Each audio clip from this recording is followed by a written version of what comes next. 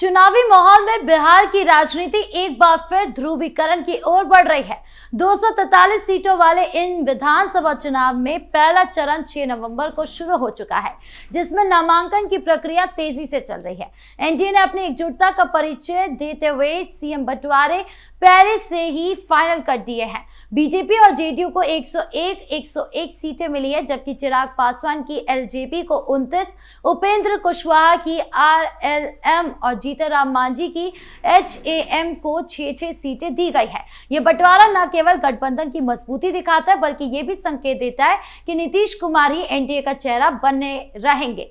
अमित शाह ने अपने 3 दिवसीय दौरे यानी 16 से 18 अक्टूबर के दौरान पार्टी में नीतीश कुमार से मुलाकात की, सीनियर नेताओं के साथ रणनीति पर चर्चा की। सारण जिले में एक रैली को संबोधित करते हुए शाह ने कहा कि एनडीए बिहार को जंगल राज से मुक्त करने वाली सरकार बनाएगा। नीतीश कुमार ने बिहार को जंगल राज के आजाद किया है। हम बिहार को औद्योगिक हब बनाएंगे और अमृत काल में बिहार 3.0 का दौर लाएंगे। उन्होंने तेजस्वी यादव के हर घर नौकरी के वादे पर तंज कसते हुए पूछा कि पैसे कहां से आएंगे, क्या फिर से कर्ज लेकर बिहार को डुबो दोगे। शाह ने महागठबंधन पर हमला बोलते हुए कहा कि ये गठबंधन महागठबंधन बन चुका है, जहां आंतरिक कला और महत्वाकांक्षा ने सब कुछ बर्बाद कर दिया है। उन्होंने दावा किया कि एनडीए 2010 जैसी भारी बहुमत से जीतेगा और बिहार वासियों को 4 दिवाली का तोहफा देगा। और क्या कुछ कहा अमित शाह ने, सुनिए। बिहार ने आजादी के पहले और आजादी के बाद लोकतंत्र पर जो हमला हुआ, इसके खिलाफ लड़ाई का नेतृत्व बिहार ने किया था। वो बिहार अचानक ही ऐसा क्या हो गया कि एक बीमारू राज्य के रूप में, एक पिछड़े राज्य के रूप में देश भर में, दुनिया भर में जाना गया। आज भी जो लोग विद्यार्थियों की बुद्धिमत्ता का आकलन का काम करते हैं, वो सभी एक विषय पर एकमत है कि बिहारी युवाओं की बुद्धिमत्ता समग्र भारत में नहीं, समग्र विश्व में श्रेष्ठतम है। तो मां गंगा की कृपा है, 50 फुट नीचे पानी है, बड़ी फर्टाइल लैंड है, मेहनत कश इंसान भी है और बुद्धिमत्ता में हम किसी से कम नहीं हैं। तो क्या हो गया कि बिहार बीमारू राज्य बनकर रह गया। कभी न कभी जो लोग बिहार को अपने प्रतिष्ठित स्थान पर पुनः प्रस्तापित करना चाहते हैं, इन्होंने इस पर जरूर विचार करना पड़ेगा। ये कौन सा कालखंड था जिस कालखंड में बिहार की प्रतिष्ठा का पतन हुआ? ये कौन सा कालखंड था जिस कालखंड में बिहार बीमारू राज्य बन गया? कोई ज्यादा दूर जाने की जरूरत नहीं है। 15 साल के जंगल राज में ही बिहार ने गौरव, संपत्ति और विद्या तीनों को गंवाया।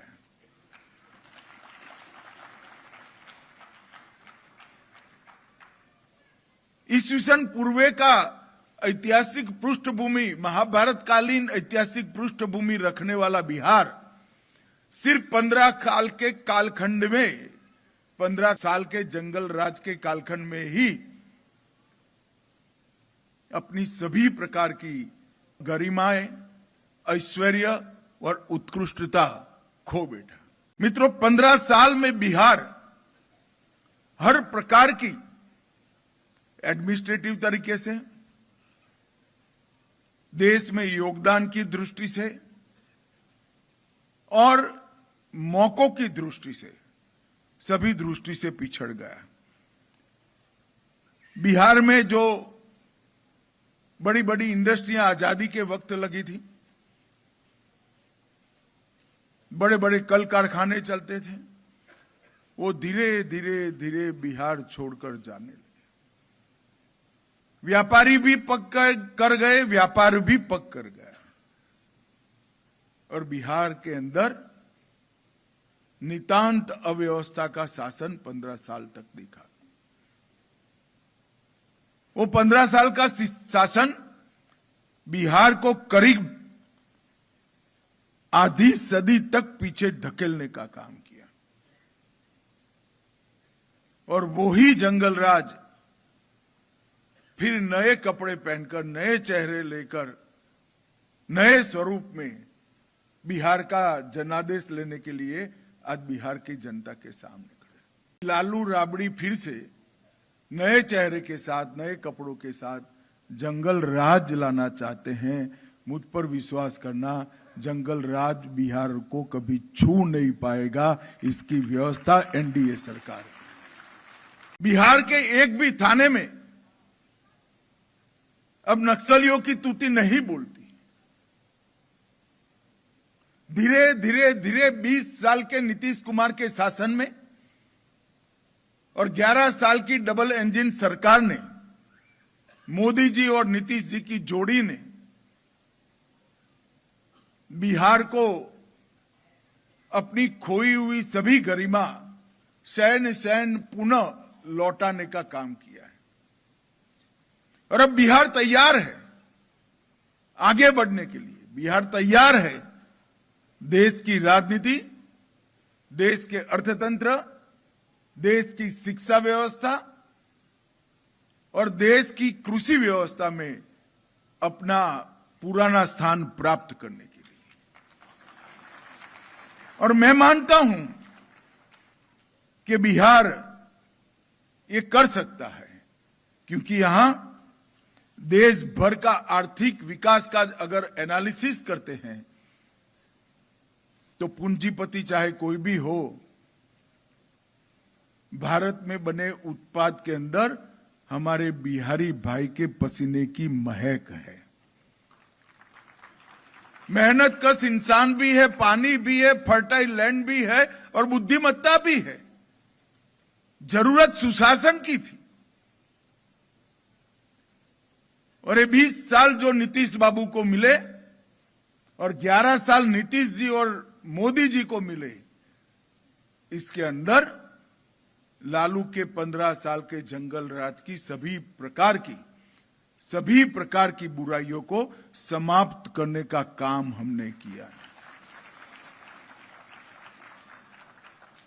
मगर मित्रों, कोई एक बड़ा गड्ढा किसी ने बनाया है तो गड्ढा भरने में कहीं से मिट्टी लाकर आप डालते जाओगे और भूमि के समकक्ष बना दोगे, तो इससे मकान बन जाएगा क्या? इमारत तो नहीं बनती ना, गड्ढा भरा है। ये 20 साल में 15 साल का वो गड्ढा भरने का काम हुआ है। ये 21वें साल से 25वां साल इमारत बनाने का काम है। बिहार को आगे बढ़ाने का है, विकसित बिहार बनाने का काम। ये कालखंड बहुत महत्वपूर्ण कालखंड है। बिहार की राजनीति हमेशा से ही ध्रुवीकरण का शिकार रही है, जहां जातिगत समीकरण, क्षेत्रीय मुद्दे और राष्ट्रीय दलों की रणनीति एक दूसरे से टकराती नजर आती है। इस बार 2025 के विधानसभा चुनाव में यह ध्रुवीकरण और तेज हो गया है, खासकर एनडीए और महागठबंधन के बीच। चुनाव का पहला चरण 6 नवंबर को संपन्न हो चुका है और अब नामांकन प्रक्रिया दूसरे चरण के लिए जोरों पर है। कुल 243 सीटों पर सियासत की जंग छिड़ी हुई है, जिसमें एनडीए ने अपनी सीट बंटवारे की घोषणा पर गठबंधन की मजबूती का संदेश दिया है। बीजेपी और जनता दल यूनाइटेड यानी जेडीयू को बराबरी की हिस्सेदारी मिली है। दोनों को 101 सीटें दी गई हैं। इसके अलावा चिराग पासवान की लोक जनशक्ति पार्टी यानी रामविलास को 29 सीटें दी है। उपेंद्र कुशवाहा की राष्ट्रीय लोक मोर्चा को 6 और जीतन राम मांझी की हिंदुस्तानी आवाम मोर्चा को 6 सीटें आवंटित की गई है। यह बंटवारा एनडीए की एकजुटता को दर्शाता है, जहां छोटे सहयोगियों को भी महत्वपूर्ण स्थान दिया गया है। सबसे बड़ा संकेत यह है कि नीतीश कुमार ही गठबंधन का चेहरा बने रहेंगे, जो बिहार की राजनीति से उनकी स्थिरता और केंद्रीय भूमिका को रेखांकित करता है। एनडीए की यह रणनीति विपक्ष को कमजोर करने के साथ साथ अपने वोट बैंक को एकजुट करने का प्रयास है। अमित शाह का बिहार दौरा इस चुनावी माहौल में एक महत्वपूर्ण मोड़ साबित हुआ। केंद्रीय गृह मंत्री और बीजेपी के प्रमुख रणनीतिकार शाह ने 16 से 18 अक्टूबर तक चली इस यात्रा में पटना में नीतीश कुमार से बंद कमरे में बैठक की। इस मुलाकात में सीनियर नेताओं के साथ मिलकर चुनावी रणनीति पर विस्तृत चर्चा हुई, जिनमें सीटों पर उम्मीदवार चयन, प्रचार अभियान और विपक्षी हमलों का जवाब तैयार करने जैसे मुद्दे शामिल। शाह की ये यात्रा एनडीए की एकता को मजबूत करने और जमीनी स्तर पर कार्यकर्ताओं को उत्साहित करने का प्रयास थी। उन्होंने पटना पहुंचते ही जेडीयू और बीजेपी के स्थानीय नेताओं से फीडबैक लिया ताकि गठबंधन में किसी भी संभावित मतभेद को दूर किया जा सके। सारण जिले में आयोजित एक विशाल रैली में शाह ने अपनी आक्रामक शैली का परिचय दिया। रैली को संबोधित करते हुए उन्होंने एनडीए की सरकार को बिहार के विकास का आधार बताया। उन्होंने शब्दों में कहा कि एनडीए बिहार को जंगल राज से मुक्त करने वाली सरकार बनाएगा। नीतीश कुमार ने बिहार को जंगल राज से आजाद किया है। हम बिहार को औद्योगिक हब बनाएंगे और अमृत काल में बिहार 3.0 का दौर लाएंगे। ये बयान न केवल नीतीश कुमार की तारीफ करता है बल्कि एनडीए के विजन को राष्ट्रीय विकास के साथ जोड़ता है। शाह ने बिहार को 3.0 का दौर लाने का वादा किया जिसमें औद्योगिकरण, रोजगार सृजन और बुनियादी ढांचे का विकास प्रमुख है। उन्होंने कहा कि केंद्र सरकार के सहयोग से बिहार को नई ऊंचाइयों पर ले जाया जाएगा जहां निवेशकों का स्वागत होगा और युवाओं को अवसर मिलेंगे। शाह के भाषण का एक बड़ा हिस्सा विपक्ष पर हमले का था। उन्होंने तेजस्वी यादव के हर घर नौकरी के वादे पर सीधा प्रहार किया। रैली में हजारों समर्थकों के बीच शाह ने तंज कसते हुए पूछा, हर घर नौकरी देने का वादा तो अच्छा है लेकिन पैसे कहां से आएंगे? क्या फिर से कर्ज देकर बिहार को डुबो दोगे? लालू राबड़ी राज में बिहार कर्ज में के बोझ में तला हुआ था, क्या वही दिन दोहराने वाले हैं? ये सवाल न केवल तेजस्वी के वादे को अव्यवहारिक बताता है बल्कि आरजेडी के शासनकाल को जंगल राज के रूप में चित्रित करता है। शाह ने महागठबंधन को महागठबंधन करार देते हुए कहा कि यह गठबंधन आंतरिक कला और महत्वाकांक्षा का शिकार हो चुका है। उनके अनुसार महागठबंधन में आरजेडी, कांग्रेस और अन्य दलों के बीच आपसी विश्वास की कमी है जो चुनावी मोर्चे पर दिखाई दे रही है। उन्होंने उदाहरण देते हुए कहा कि विपक्षी दलों के नेता एक दूसरे पर कीचड़ उछाल रहे हैं जिससे उनका गठबंधन कमजोर पड़ रहा है। शाह का यह हमला बिहार की जनता को याद दिलाने का प्रयास था कि एनडीए स्थिर और विकास का विकल्प है। उन्होंने दावा किया कि एनडीए 2010 की तरह भारी बहुमत से सत्ता में लौटेगा और बिहार वासियों को 4 दिवाली का तोहफा देगा। ये 4 दिवाली का संकेत चुनाव के 4 चरणों से जुड़ा था जहां हर चरण में जीत का वादा किया गया है। शाह ने कहा कि पहले चरण में हमारी लहर शुरू हो चुकी है और चारों चरणों में जीत के साथ बिहार नई रोशनी से जगमगाएगा। अमित शाह के इस दौरे ने बिहार की राजनीति में नई ऊर्जा का संचार किया है। सारण रैली के अलावा शाह ने पटना के अन्य जिलों में सभाओं को संबोधित किया जहां उन्होंने कार्यकर्ताओं को निर्देश दिए कि घर घर जाकर एनडीए के विकास एजेंडे को पहुंचाए। उन्होंने नीतीश कुमार की तारीफों के पुल बांधे।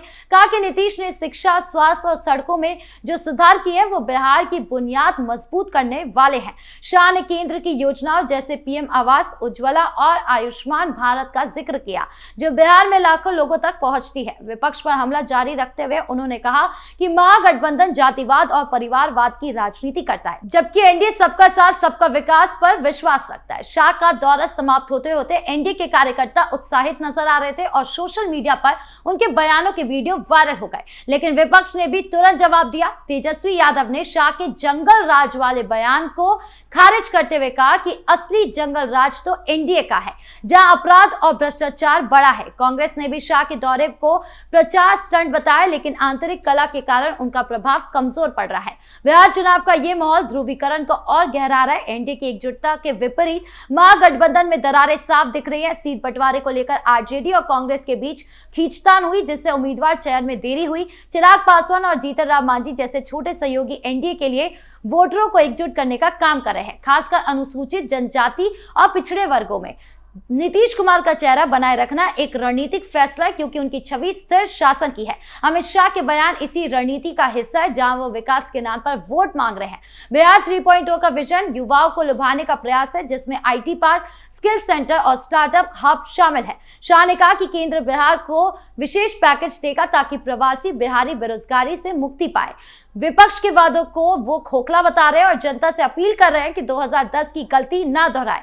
इस चुनाव में जातिगत समीकरण महत्वपूर्ण है। एनडीए ने यादव, कुशवाहा, कोयरी और ईबीसी वोटों को लक्षित किया है जबकि महागठबंधन मुस्लिम यादव फॉर्मूले पर टिका है। पहले चरण की तैयारी शुरू हो गई है। एनडीए लगातार तैयारी कर रहा है। नामांकन प्रक्रिया में पारदर्शिता के लिए निर्वाचन आयोग सख्ती बरत रहा है लेकिन सियासी आरोप प्रत्यारोप जारी है। अमित शाह का दौरा एनडीए को मजबूती देगा और उनके बयान विपक्ष को घेरने का हथियार बन गया है। बिहार की जनता अब फैसला लेगी कि विकास का रास्ता चुनेंगे या फिर पुरानी राजनीति को दोहराना है। शाह का 4 दिवाली का तोहफा वाला वादा चुनावी बहस को और गर्म कर रहा है। कुल मिलाकर ये चुनाव बिहार के भविष्य का आईना है जहां ध्रुवीकरण के बीच विकास की उम्मीदें जगमगा रही है। आपकी इस पूरे मामले को लेकर क्या राय है कमेंट बॉक्स में जरूर बताएं। धन्यवाद।